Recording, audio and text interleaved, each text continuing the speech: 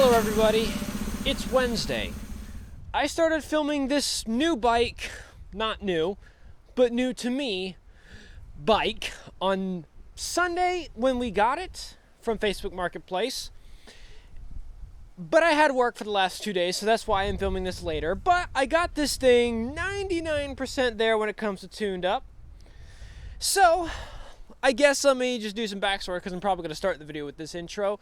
My name is MRKRYL, and today I'm going to make a mini bike comparison video, sort of, including the progress on this bike and what we plan to do with this bike. So this is my Coleman B200R, and you've probably already seen videos on this if you're already subscribed, but if you're not, I got this one on sale at Tractor Supply for 600 bucks. You know, brand new, really can't complain. Goes 23 miles an hour with the throttle stop all the way set back, but otherwise everything is stock on the engine, to the sprocket, to the chain, and it works great, at least as far as, you know, light trail riding. As far as what have I put it through, I've tried to put it through as much as I can in town here. But we just recently got this one last Sunday. This is a Baja 200 Heat. I think this is what that's called. And I see these referred to as the Heat, so Baja Heat. These nowadays are the Masimoto MB200s. These are on Amazon. These are at mini bike dealerships. They're all over the place. So this is pretty much the older classic model, I guess. These were more common years ago, I guess, and now they have the Masimotos out. But they say that these were the good frames, at least as far as I've heard from people. So what's the deal with this guy? We picked it up for 400 bucks straight from a guy on a farm somewhere. It was in storage condition, I would say, in indoor storage condition. It needed tuning up. It needed a little bit of work, just a couple days, a little bit of TLC here and there. But it had all the things that I wanted it to be good with to be good. Tires are great. They are pretty much new. Lots of tread on them, and I can tell they're going to be a whole lot better for our upcoming trip compared to these V-tread tires. They have less tread on them, even though they're still pretty much brand new, but these guys right here are nice and knobby, and I'm going to look forward to seeing how those perform. It has a front headlight, which is always on because there's no switch, unlike my B200R, but it has a brighter bulb, so I guess that's appreciated, but it won't angle down enough, so I might have to like hammer the mounting metal because it's as low as it wants to go. I did change some things out versus when we got it. The actual throttle I changed out to a bicycle brake handle. This is what I had. I didn't want to make this overly complicated. The twist throttle was actually cracked. The plastic in between the cable attachment and the twisty bit of the throttle, the actual grip, was cracked and it was about to come off, and I'd rather have just replaced that, so I did. So now the throttle works with this basically bicycle brake lever, which I don't know what anybody would think about that, but all I know is that it works just as good. I have no problems with it so far. I also did the same thing with the brake, although I borrowed some parts from the original, but the original brake lever was really angled and I didn't like the way it felt, so I replaced that. But the brake on this bike is simply a turd compared to the one on the B200R. Old drum brake. I'm probably going to put new shoes on it pretty soon, whereas this disc brake, brand new, hydraulic, it's amazing, and this one is just, it'll stop you if you pull hard enough. So yeah, take hills down, you know, steep hills down at your own risk. Engine wise, it's basically nothing new here. It's a Hyson 196.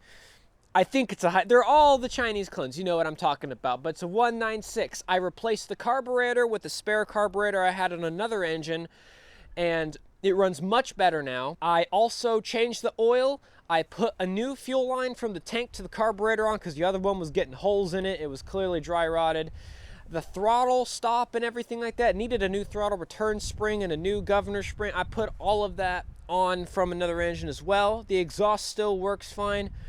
This one will go about 20. I can max this thing out at about 23, the B200R. So 20, my sister's going to be riding this with me at our upcoming trip just after Thanksgiving, which also happens to be my 21st birthday. And this is going to be a lot of fun. That's why we picked this up. A couple major things difference. I do not know why I worded it like that, but this feels a lot different than the B200R, if you're curious. This Baja Heat, I'll just say a 200. This feels more like a Harley, if I could describe it like that. Because you think about how this rides. It looks like a mini Harley, actually, completely. It's the same deal when it comes to the actual basic frame suspension design, where it has front forks suspension, but nothing in the rear. Same thing as the B200R, except the B200R is more plush, yet again.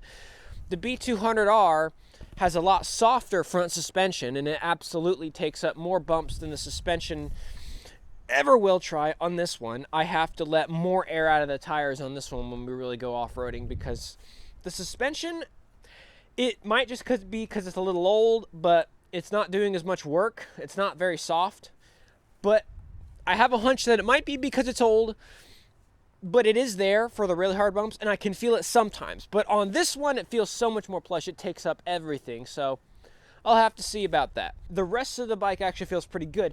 It feels like a Harley, of course, in the sense that when you sit down, your butt is really far back, your feet are really far forward, and the handlebars are a lot higher. Whereas this one feels more like a lower dirt bike or scooter, I guess.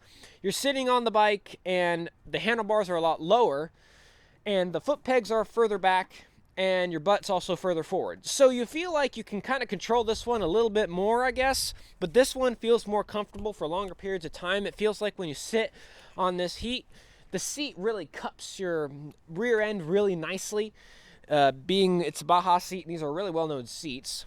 And again, the foot pegs are really far forward in comparison to the B200R. So when you're sitting on this thing just cruising, it's great.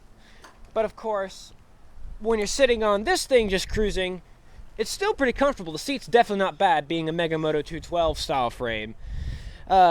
But it's definitely lower. It feels lower.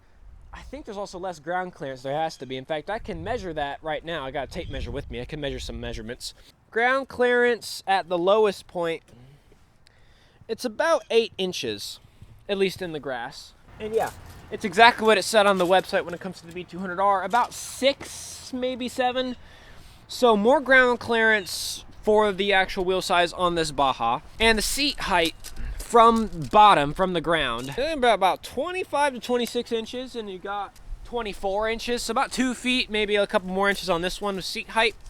I'd say this Baja is a good deal for taller people, actually. You know, again, I'm about maybe 5'9", 5'10", and I fit really well on this Baja, really well. It cups me great. No hitting of the knees, nothing. It feels good. I can fully rotate everything. I can lean really well. On the B200R, I think it still feels pretty damn good.